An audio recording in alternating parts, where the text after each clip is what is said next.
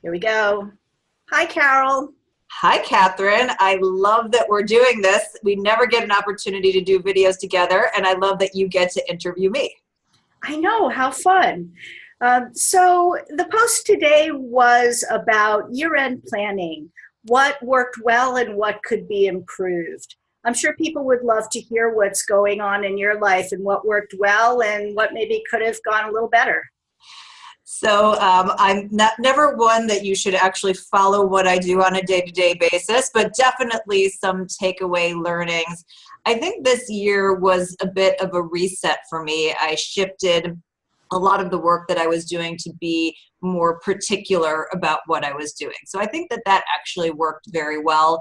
I was more intentional about the types of speaking engagements that I took on. I was focused more on launching our future file legacy planning system. I was more specific about what types of TV I was doing. So that worked really well. The things that didn't work so well always happen to do with the things that are outside of my control. Working with different vendors and service providers, particularly on the technology front, is always a challenge. They do not have the same work style as I do, let's just call it that. And so that's always been very frustrating for me and continues to be so. But, I think that overall, this is a great time of year to be intentional about what it is that you want to shift going forward and what did work well and what didn't. So it's a good conversation to be having. Excellent. I actually mentioned that I don't remember what happened this year till I write my end of the year post about what I did. And I go back and I look at my calendar and see who I worked with and catch up on my accounting. And then all of a sudden things drop into place. So that's actually a really good point. So you're already doing your end of year accounting? I need to be, yeah. And as am I, and I think that it's something that a lot of times entrepreneurs put off until March or April. And it's not just important about getting everything organized, but I do think to go through and see, where is your revenue coming from? How did you get those engagements? Right. What worked there, and double down on that. And that's something that I do every single year and say, okay, these are the places that drove revenue directly and indirectly, and always, make some decisions based around that. The other thing that I do, which sometimes we're involved in together and sometimes with other parts of my business, is always a technology audit. What is it that we're doing that could be done faster with technology? Right. And so that's something that at the end of the year in December, we're always doing. We're doing it again, particularly in the sort of fan club and customer-oriented part of our business. And that always goes very well. It's very interesting to see the things that you could potentially automate and free up people's time to do better and more interesting things. Excellent. I'm a big fan of your rule of three, that it always takes 3 times as long, will cost 3 times as much. And I was wondering if you could share maybe a personal example or two that just shows that nobody gets off scot-free. Nobody gets through this unscathed. Even the pros get hit by this rule of 3. So you hit 2 of the 3 rules of 3. So it's everything takes 3 times longer, is 3 times more expensive, and is 3 times as difficult as you plan for it to be, and that it probably should be. And I always went back to Oprah. Oprah was one of my first inspirations for this when she left and started her own network. She put her show behind, and it took her, who had every resource in the world, every fan in the world, everything at her fingertips. It took her 3 years for OWN to actually get a footing and to say, okay, this is something that's going to be successful and work. And so when I started my future file legacy planning business, I went into it with that rule of 3, saying, listen, I know this is going to be more expensive than I think, and it's going to be harder than I think, and it's going to take longer than I think. And even though I knew that going in, there's still the points of frustration when it actually happens. Again, a lot of things outside of your control. I'm really good with the things that I can control, but as entrepreneurs, you can't do everything yourself. Otherwise, you don't have scalable businesses. So the things outside of my control, did take at least 3 times longer and were at least I'd say like 20 times as difficult for stuff that really shouldn't be. And I think it is important because people might look to someone like me. People say things to me all the time. It's like, oh, you're great. You don't need any help. That's not true. As an entrepreneur, no matter what stage you're at, it is always a fight.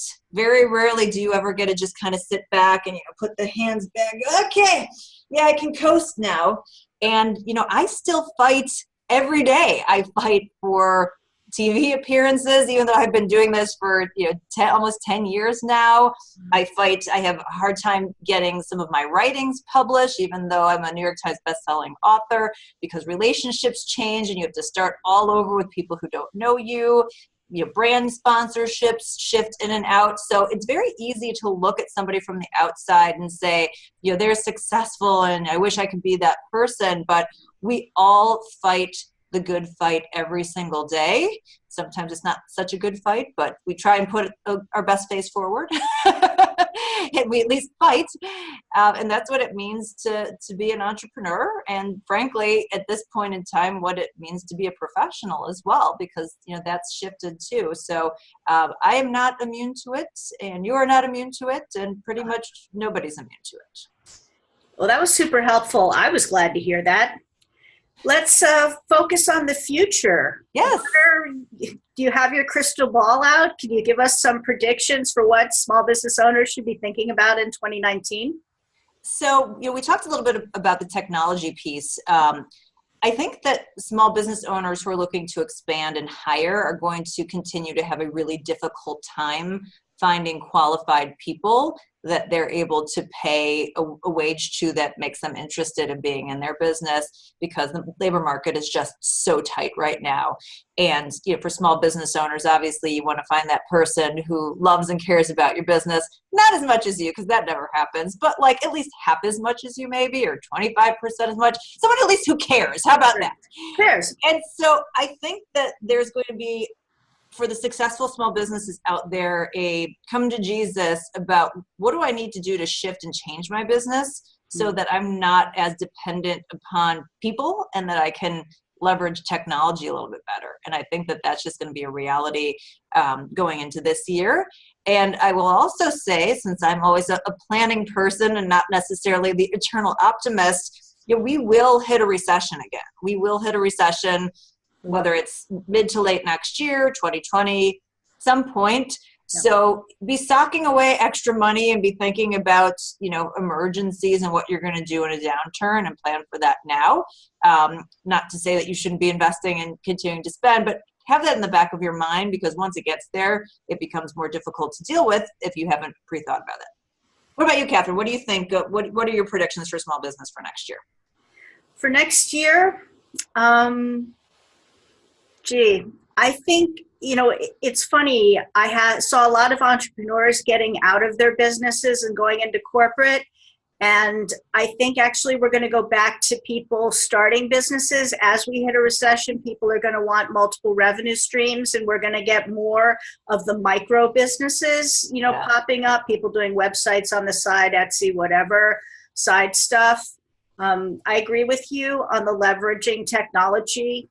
I would also say people jumping on the trend of everyone's a publisher. Like, I fought the video thing for a long time, and now, you can't not do it. The magnitude of video, people 10 times what I put out in writing in video views. And it takes me actually less time to do video at this point after I figured out the technology part.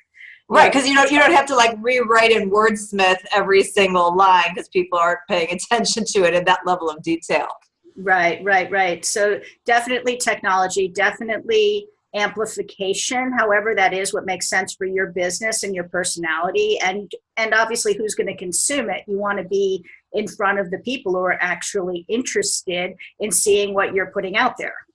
And it's funny, I will also say for small business owners, one of the things, and I've talked to a lot of people who are very active in the small business space, and certainly we have a great community as well, that when times are good, the bigger companies who care about small businesses usually tend to go away during the good times because they're so focused on the big companies where they can just make one sale and everything goes well. They tend to be a lot more focused on small business when things aren't going so well. So that's the silver lining, so to speak, is I think that once we sort of hit somewhat of a recession, whether it's globally or here in the United States, I think that these big businesses who may not be paying as much attention to small business in reality, even though they're still speaking the language, they're not really walking the talk.